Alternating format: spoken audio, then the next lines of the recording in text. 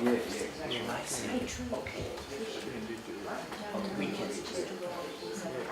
Warning.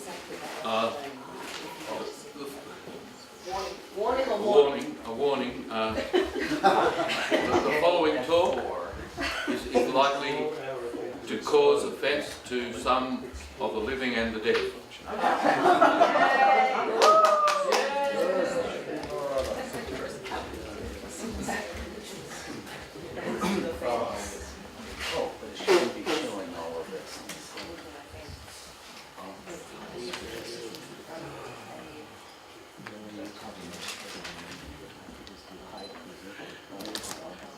The perennial philosophy is, for me, a very important thing. It's very important for Francis, and it's very important for Barbara. And I really want to convey something of its reality to you in the few minutes that we've got. And so I'm going to take a fairly direct approach. Do you want Q&A, Geoff, or leave it out so you can get through your material? There's 5 minutes question and answer aloud. Yeah, well, I probably won't need much in the way of questions, actually. I'll take up most of it. If you give me a little ting, just when there's 5 minutes to go. Good. Thank you. I'll put up here names of the most prominent perennialists, just in case anyone wants to make a note of it. And the next line down, which isn't showing at the moment, but the next line down, which we can have a look at in a while, is a website to find material on all these people. Oh, that's all right. Yeah, no problem. Anyway,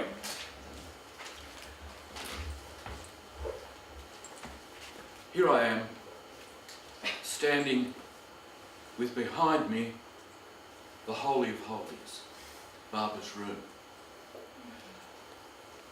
Inside Barbara's room is the high altar.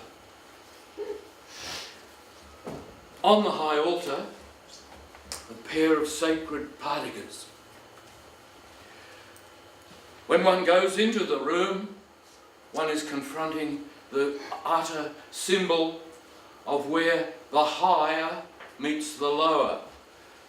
The feet of the Divine Master meet the mundane world. The pardigas there as symbol of that. They're well-worn pardigas. You look at them and you feel the work and the suffering that Barbara's put in this earthly life. Inside the room is a chair in which the Master sat, his earthly throne for while he was here. There is the bed on which he lay and reclined. The whole place is a sacred space, a temenos. It's full of the magic mystery of the avataric descent. Look, Tony's looking at me dubious. And because you can also walk into the room and say, righto, this is where Barbara was, there are his sandals, bow down, come out again. It's just a room, it's a remembrance of Barbara, that's what it is. Now, if you were a perennialist, you'd be going for the symbolic feeling of it. We would be having classes in the symbolism that room is full of. Now, let's, for a moment, do a hypothetical a la Geoffrey Robertson. Avatar's Abode, 2015, they had their troubles up till that memorable year. There's been a lot of personality problems in Avatar's Abode. But in 2015, of course, the big storm erupted. And it was a storm between John Parry Group, called by their enemies the Parricides, even worse, the parasites, with their grotesque and modernist work hung on the sacred walls. And on the other side were the Lepages, called by their enemies join dies dots. The two sides were at loggerheads. One side, that, as John has eloquently showed us, were a side that saw art as expressing an encounter with reality that could only be expressed through that art. An encounter which came from half-conscious, subconscious, above-conscious levels, if the artist was inspired. This sort of art, expressing an individualism, a breaking of rules, and a freedom from expectations, was very much like the modern art outside, except, of course, it was done in the spirit of Barber submitting to something that was higher than oneself. So it wasn't just modern argument. The other side of the Lepage art was, I'm not getting anybody here, the Lepage art was, of course, done as a representative art of capturing from photos or memories or whatever the appearance of Barber. But not done in any mechanical fashion, done in a spirit of love and expressing that on canvas. Now, unfortunately, this is when the great eruption happened between the two schools of art in 2015 here at the Abode, and luckily, before too much gamboge could be spilt on these precious carpets, there was a reconciling factor came in, and that the Mayo clinicians, and they made a reconciliation between these two things, because they saw that there was a middle way, and there was a way that included both and reflected Barber's universalism, and that out of the realism springing from devotion, out of the expressionism that was coming from the freedom of the modern, both had something to contribute towards a devotional life and towards art. We've been hearing all about art this whole weekend, of art conveying love, wonder, and Barber's truth. And Barber then able to reconcile both those things. Now this brings me to what the perennialists are. The perennial philosophy was, you mostly come across it from Aldous Huxley's book, which was a collection of showing that the mystical traditions in the whole world were part of a universal message. The perennialists were people who also took this point of view that truth had different formulations, and just as light could be coloured in different colours and various colours, but was always pure light, so the vision of the truth came through in the different religions. Just so you won't have to listen to me, I'm putting some sacred art up on the screen. I'm not talking about the sacred art, but I just thought some of these things are the sort of achievement of art that we're talking about when we do talk about sacred art, and whether it's a realist painter or an expressionist painter, they're all trying to convey this sacred energy. And the thing, of course, about the perennialists is that they saw human nature as theomorphic, as being formed by the hidden divinity within mankind. That potentially within all of us, once we cleared away the sanskaras, was the divine nature that could take many forms. They had a belief, of course, in the absolute. They were non-sectarian. They were trying to go beyond any partial view of things. Philosophy, for them, was a love of wisdom, not an empirical investigation or a method of systematic doubt as to what truth is. They're sometimes called perennialists, sometimes called traditionalists. It's a science, a divine science, but it's a science that doesn't have an empirical base. It's a science of the inward journey into discovering, answering the question, who am I? And which brings them very, very, very close to Baba.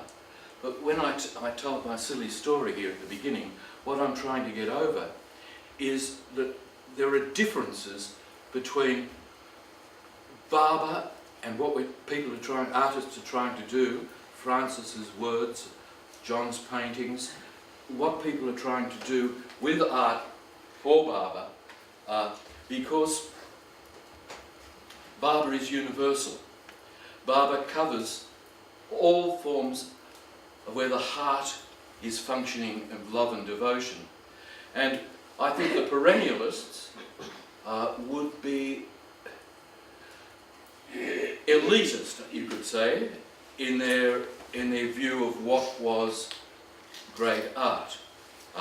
They would stress the symbolic side, even though, of course, they're responding to things of great beauty and economy, things that reflect not a slavish empirical reality, but a reality behind the world of phenomena. So, I've organised here. How are we going?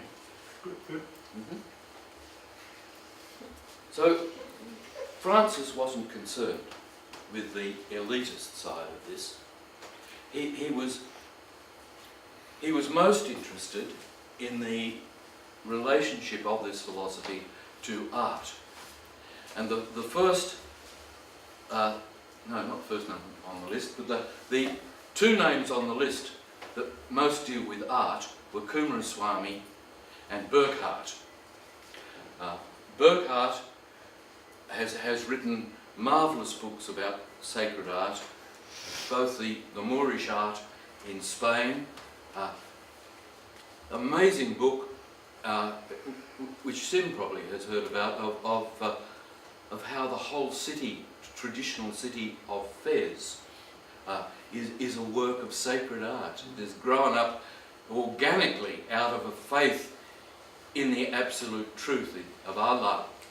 And Burckhardt has written a great deal about sacred art. And of course, Coomaraswamy was a very favourite of Francis. We've got a 3-volume set of Roger Lipsey's collected papers of Coomaraswamy in the library. Nobody borrows them, but they're there full of the most exciting essays and by Coomaraswamy.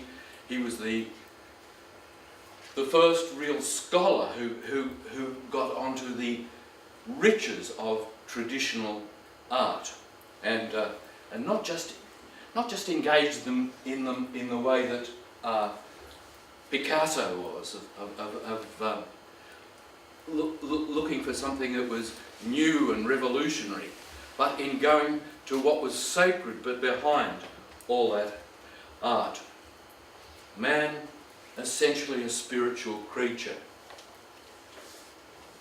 To define what we are as human beings is to say that we're open to the absolute. Everything comes from the principle, from the Vedantic view of things, if you like. And for the perennial people, the greatest expression in words of sacred viewpoint was in Indian philosophy, the Vedantists. Who's that? Jeanette. What's that? Oh, what's that? That's an image from a little Spanish church. Oh, that's nice. Yeah. That was nice. One doesn't really need much in the way of words to. It conveys its own message there very effectively. You know, it's just a piece of simple folk art.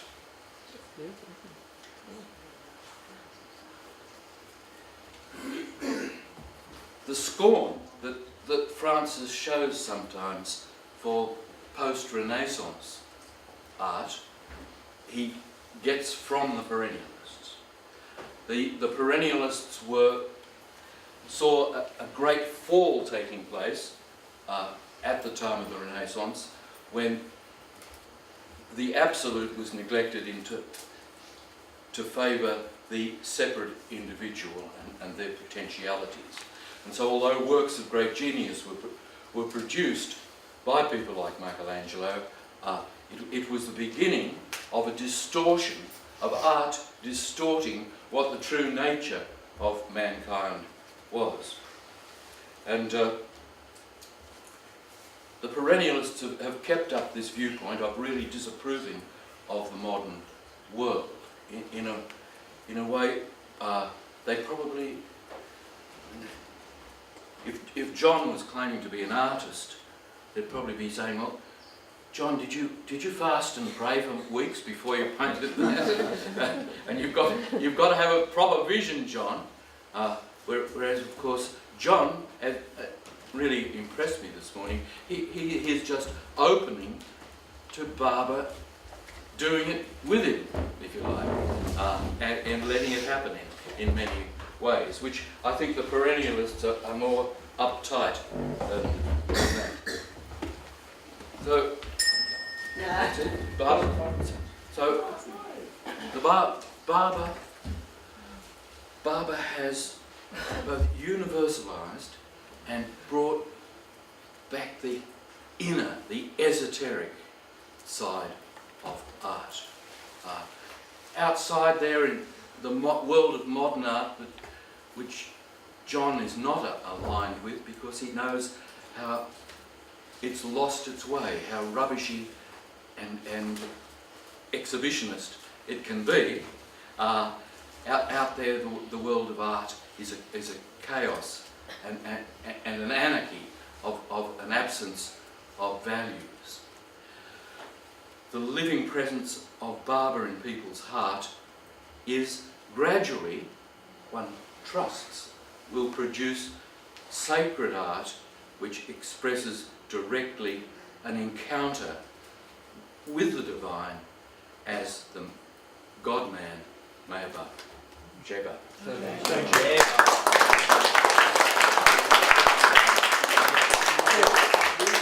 For the general discussion session at the very end of the day, because you may get some good questions. Good. Do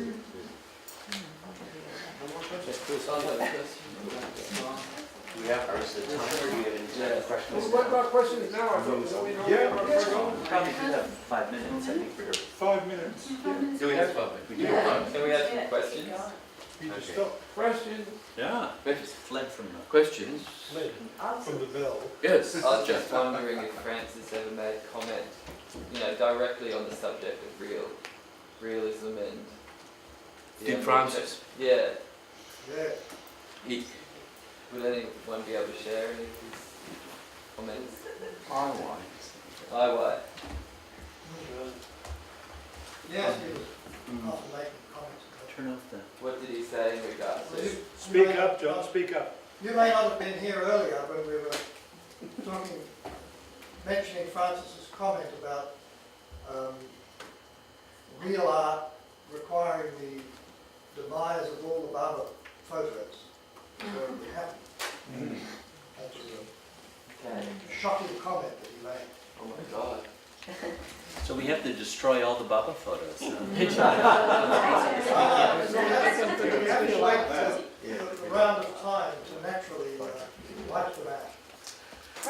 he was still under the influence of the black paper scripture. Yeah. Yeah. I think what he really meant was you had to transcend the photograph. Yeah. He meant that as well. You want to remember, Francis seemed to be very much the everyday, prosaic Aussie in the front that he kept up to people, the no-nonsense persona. But underneath that, of course, was the visionary poet.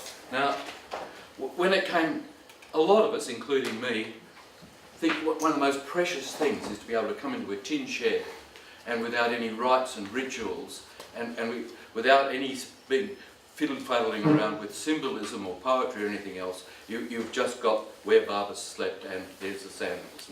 And it's making a huge statement, which is Barbara's there in the ordinary, Barbara's never absent, Barbara's there, ordinary moments of consciousness. But of course, Francis, I think in some ways had other ideas, didn't he? You've seen those sketches of an Italianate church that Francis wanted built on top of the hill in order to put the Barbara's room up there and do it in style. So that's right, isn't it? So so that Francis had his idea of bringing art to these humble surroundings, if you like. It was more to do with lasting, Jeff. He wanted something that would, like my house, that would last. Yeah, but I must say something here. That was an original early idea, and then he changed his mind, and it was all, yes, absolutely. He said, no, it must stay where it is, the way it is fine. Oh, and we shouldn't propagate anything else, that's the way it was. Right. Yeah. Oh, that's great, because I really, I think that's it. Yep. It's absolutely marvellous the way that it's making its statement here in what we have. Yeah. Yes, Jeff, mate. would Joseph Campbell be seen as a perennial philosopher? He has his sympathies with them, but he doesn't take the notion of the world being full of the presence of God. He's much more detached, objective, looking at it as the religious. He sees the importance of spiritual things, but as an outsider describing it rather than. The other person who is close to the perennialists is Houston Smith, who's very sympathetic to them and can be called a perennialist.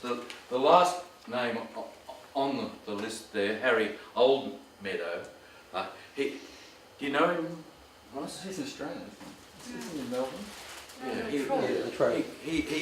he came from Deakin University, and so he's our own Australian representative of the perennialist, and probably the only philosopher in Australia who's taking seriously this view of reality as being God-filled. Yes. Something that Francis said, and I don't remember the exact content, that if someone was wanting, they were not producing art. And I've never really unpacked that with him, but it was a very strong statement. It is a strong statement, isn't it? And I mean, it's a bit like Francis's statements at the beginning of Stay With God, where he says how unworthy he himself is. At the very least qualification, you need to be a saint. So he's talking in that very idealist fashion there, right? Whereas in practical terms, we've all got to get on with it, I guess. Yeah. We're all only attempting to depict him or, write about him. I'm not sure what wanting exactly means. Probably it's like a Taoist. Action is action. Yourself is totally art when you're doing it. Just let art itself speak for itself. Could it be as opposed to it being needed, the art? Yeah. Tony? Would you consider the two ABC broadcasters who compare Minefield, Wally Dully and Scott with the American accent, to be perennialists? I don't know them, but you think they head in that direction? Yeah, one's a theologian, philosopher, and Wally, you couldn't exclude those descriptions applying to him. Interesting. Yeah. Ross? Oh, just that wanting, you know, there's a line in one of the Ghazals where Francis talked about, we wake up in the morning full of violent purposes. You know, if you've got an art should be free. I mean, art by nature comes out of freedom, which is in love, isn't it? And the creative act is a free act. It's not propaganda, it's not something. So any wanting is going to tarnish that. In a sense, I'm talking sort of idealistically, but you know, wanting something, you've got a purpose. You're going to put it that way. But out of love and freedom comes art. It's a gift. Which it's I thought grace. came through John's So it can't have presentation. wanting. Well, I would have It's like that something to empty say one. as opposed to a question and look at me. A lot of this will be a lead-in to Ross's talk this afternoon, where you'll be taking up some of these matters of poetry and art. Of course. Thank you, Geoff. And there is, in fact, an intention in having Geoff's talk right before Michael's, who will be our final